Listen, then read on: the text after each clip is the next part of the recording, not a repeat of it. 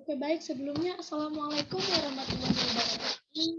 Izin untuk perkenalkan diri, saya Seri Darmia, NIM 19010064 dari kelas TPB 19. Di sini saya akan menjelaskan sedikit mengenai pengenalan sensor-sensor pada pengeboran. Sensor-sensor pada pengeboran ini ada beberapa jenis.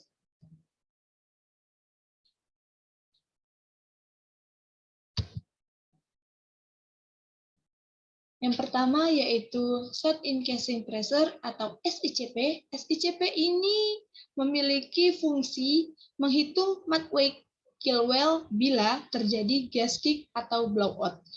Pada SICP ini memiliki prinsip kerja pada saat tekanan pada casing bila anular lubang bor ditutup dapat dideteksi dengan sensor Traducer jenis output 4-20 mA. Untuk selanjutnya, Pit Volume Totalizer atau PVT. PVT ini berfungsi sebagai untuk memperkirakan adanya fill up pada saat trip atau tidak bersirkulasi. Selanjutnya, mengetahui terjadinya adanya influx atau hilangnya lumpur ke formasi. Dengan cara kerja pada saat bersirkulasi dari PVT bila diketahui adanya pertambahan atau pengurangan volume lumpur. Selanjutnya ada SPM atau pump strokes. SPM ini memiliki fungsi mengetahui jumlah stroke atau menit dari pompa lumpur yang dideteksi dengan sensor jenis output. Dengan cara kerja, mendeteksi sensor jenis output, memonitor dari kabin melalui resender, melalui recorder, DVM, dan stroke counter. Selanjutnya yaitu Mass Density Sensor.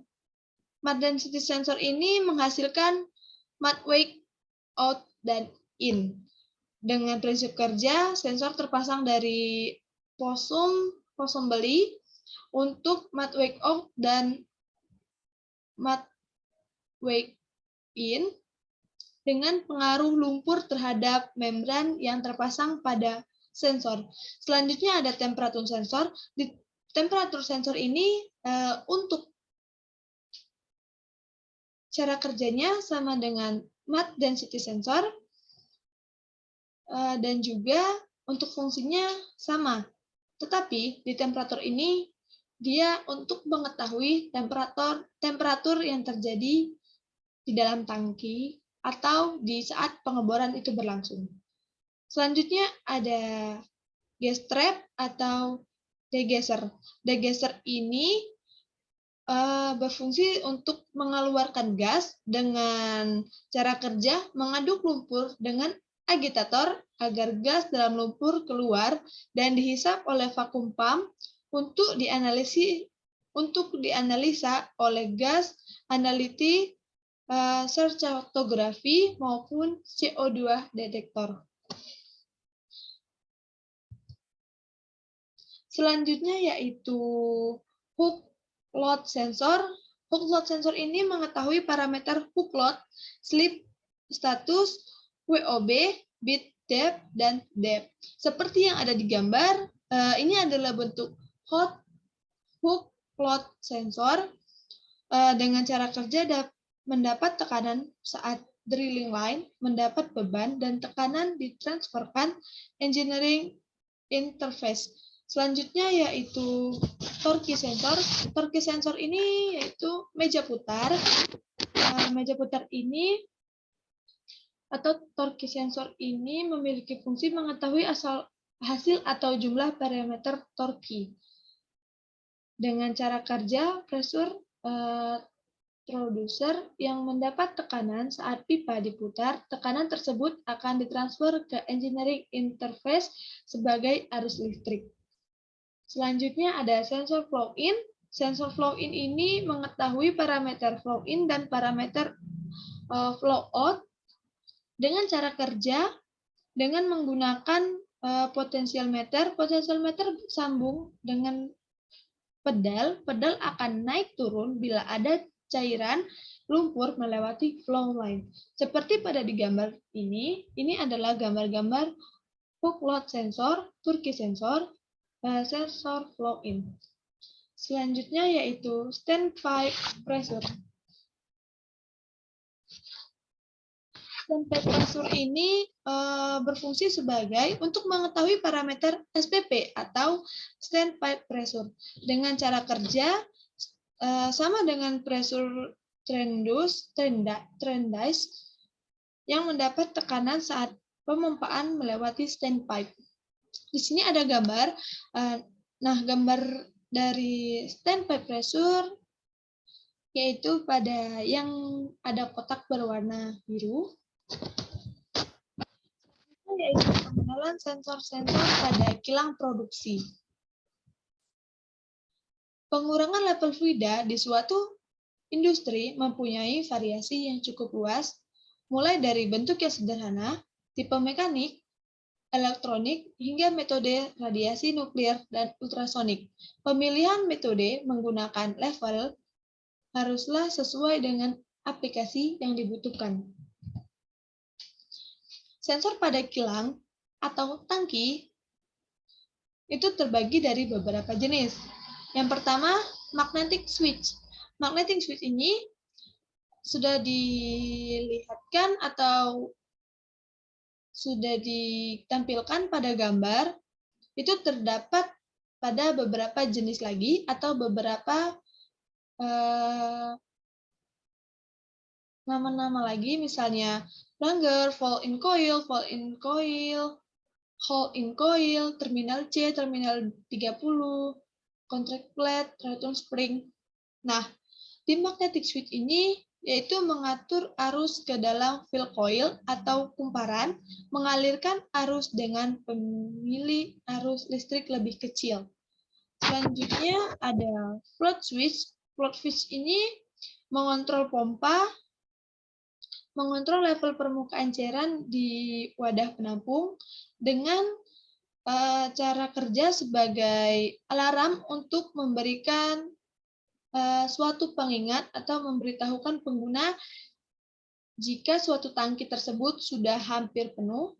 Selanjutnya RF switch, yaitu sebagai uji gelombang mikro untuk sinyal dengan cara kerja menyisipkan atau menghapus komponen uji dari jalur sinyalnya. Selanjutnya ada vibrating work. Vibrating work ini sebagai pemisah antara padatan dan solid. Pemisah antara padatan dan solid ini seperti filtrasi dengan cara bergetar. Getarannya beraturan sehingga padatan yang tersaring akan bergerak radial pada arah dinding pembatas. Selanjutnya ada thermal dispersal. Thermal dispersal ini panas yang mengalir menuju tangki. Selanjutnya ada seal pot. Seal pot ini menyimpan fluida dengan prinsip kerja hasil dari fluida yang telah melewati filtrasi. Selanjutnya ada ultrasonik. Ultrasonik mengetahui debit atau volume air atau fluida. Dengan prinsip kerja, dengan adanya gelombang ultrasonik, dapat mengetahui atau menentukan ketinggian muka oil dalam level controller. Selanjutnya ada radar. Radar ini berfungsi sebagai saklar di tengah tali dan sebuah penyangga atau bracket. Radar ini mempunyai prinsip kerja, jika naik, maka radar akan ikut naik, jika air turun, maka radar akan ikut turun. Nah, untuk radar ini berada di dalam tangki. Radar ini seperti bandul, lalu di atasnya ada seperti benda, dan jika air tersebut naik, radar tersebut akan ikut naik, namun jika air itu turun, maka radar juga ikut turun. Selanjutnya ada RF transmitter, yaitu mengontrol level air tangki. Maksudnya mengontrol level air tangki ini jika tangki tersebut sudah penuh, maka RF transmitter ini akan mengontrol tangki tersebut. Selanjutnya magnetostrip itu berfungsi menghasilkan medan magnet dengan cara kerja melakukan gerak linear ketika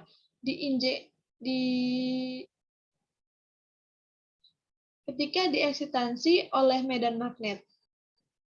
Selanjutnya ada magnetic level gauge. Magnetic level gauge ini mengetahui tekanan tinggi, mengetahui suhu ekstrim, mengetahui lingkungan korosif, bagian-bagian mana saja yang menyebabkan korosif, maka medan magnetic level ini akan mengetahui lingkungan-lingkungan tersebut. Dengan metode atau dengan prinsip kerja mendeteksi level gas atau cairan dalam tangki dengan level cairan bencana tekanan. Baik, mungkin hanya cukup sekian yang dapat saya sampaikan. Hanya segitu yang dapat saya jabarkan. Lebih dan kurangnya saya mohon maaf, karena kelebihan itu hanya milik Allah Subhanahu wa Ta'ala dan kekurangan itu hanya milik saya. Baiklah, saya akhiri dengan wabillahi taufiq wal hidayah. Wassalamualaikum warahmatullahi wabarakatuh.